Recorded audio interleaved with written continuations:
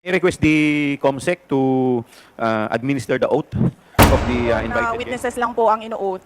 Sabi niyo po ngayon sa amin resource persons kami. Ang ano po, considered as resource person po. Ang ano po. Kayo po. Kaya nga po. Yes po. Lahat po. Kasi you're just a witness. You're a witness. Pareho na rin yung witness, resource person. They are not the same. The Supreme Court says they are not the same. I request the COMSEC to administer the oath of the invited guests and the resource persons.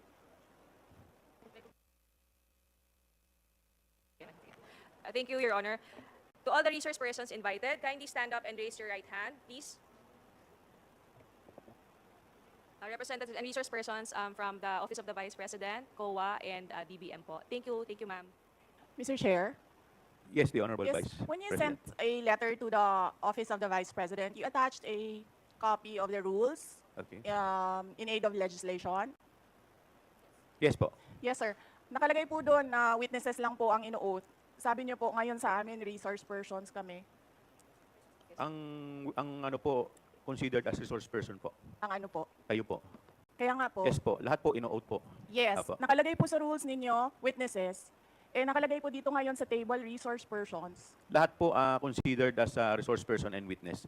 Lahat po naman kayo, lahat resource person pa eh. Wala pa naman po tayong tinatawag na, lahat po considered as resource person pa lang po. Right. Opo. Ang nasa rules ninyo, witnesses lang po ang nag-o-oath. Wala po kayong rules sa resource persons.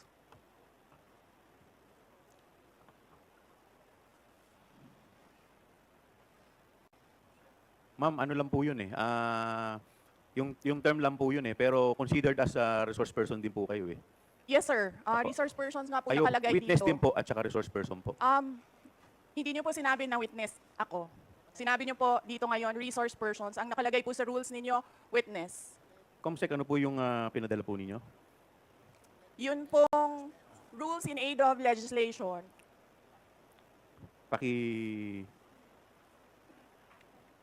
Mr. Chair, point of order. What is the point of order of the Honorable Because Congressman this issue about Mapagal? witness, resource person, etc., etc. Ma'am, pakilakas lang po, hindi po marinig.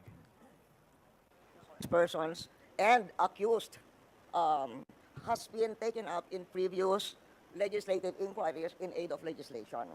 I want to quote a December 8, 2008 hearing in the Senate, where Senator Miriam Defensor Santiago had an opinion on a similar situation, but she quoted a Supreme Court ruling. So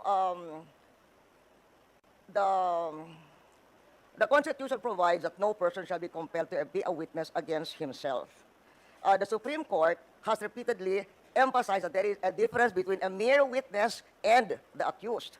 And it can appear from statements and privileged speeches that there is that a person who is the subject matter of an adverse privileged speech is not a mere witness or a mere person of interest, meaning a suspect. She is in fact accused of what seems to be a criminal case for violation of certain criminal laws, including malversation of public funds. And there is a case quoted in 2007, Standard Chartered Bank versus the Committee on Banks, where the court repeated the rule that an accused occupies a different tier of protection from an ordinary witness.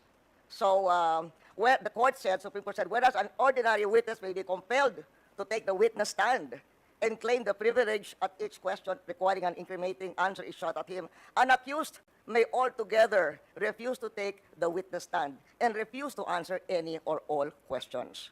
So that has been and then there is a portion, the court explained that the right of the accused against self-incrimination also applies to respondents in administrative investigations, such as legislative inquiries in aid of legislation. So that is the point of order I am raising, and there is a Supreme Court ruling to this effect. Thank you, Mr. With that, the Chair declares 1 minute suspension. Recess.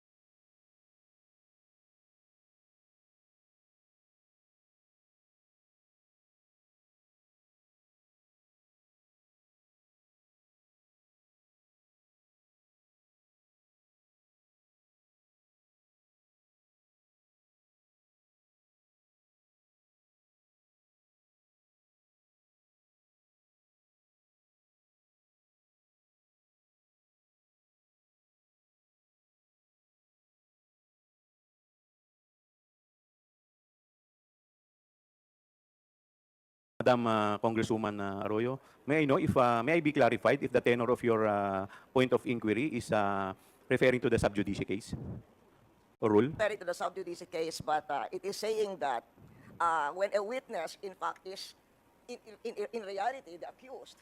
Ma'am, pakilakas po ng konti. Medyo hindi ko po... What he's saying is that if by the by the nature, for instance, of the privileged speech, if the witness is not a mere but the person being asked is not a mere witness or a mere person of interest, he is in fact the accused of what seems to be a case including malversation of public funds.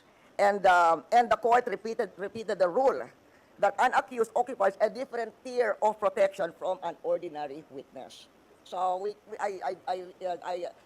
from given what Miriam Defensor Santiago said and the Supreme Court ruling that she's quoting, we cannot what do you call it, just trivialize. Kasi you're just a witness. You're a witness. Pareho na rin yung witness, resource person. They are not the same. The Supreme Court says they are not the same. And somebody who appears to be the accused has a different tier of protection from a witness. And in fact, can refuse to take the witness stand.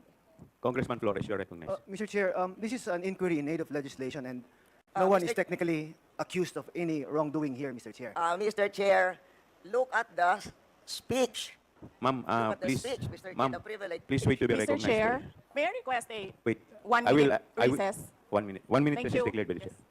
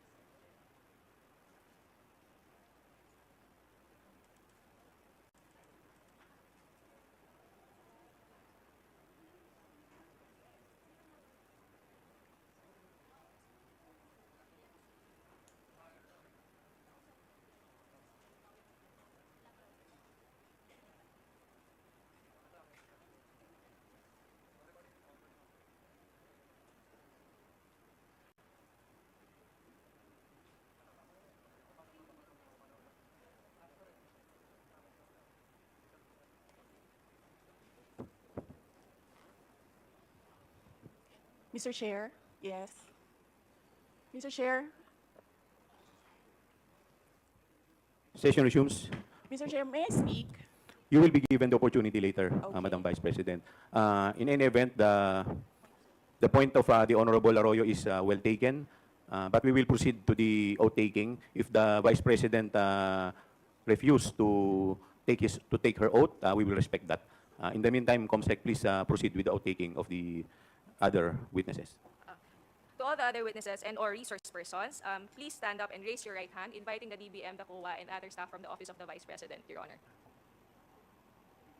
Okay. Please your right hand. Do you solemnly swear that the statements you will give before this committee shall be the truth, the whole truth, and nothing but the truth, so help you God? I do.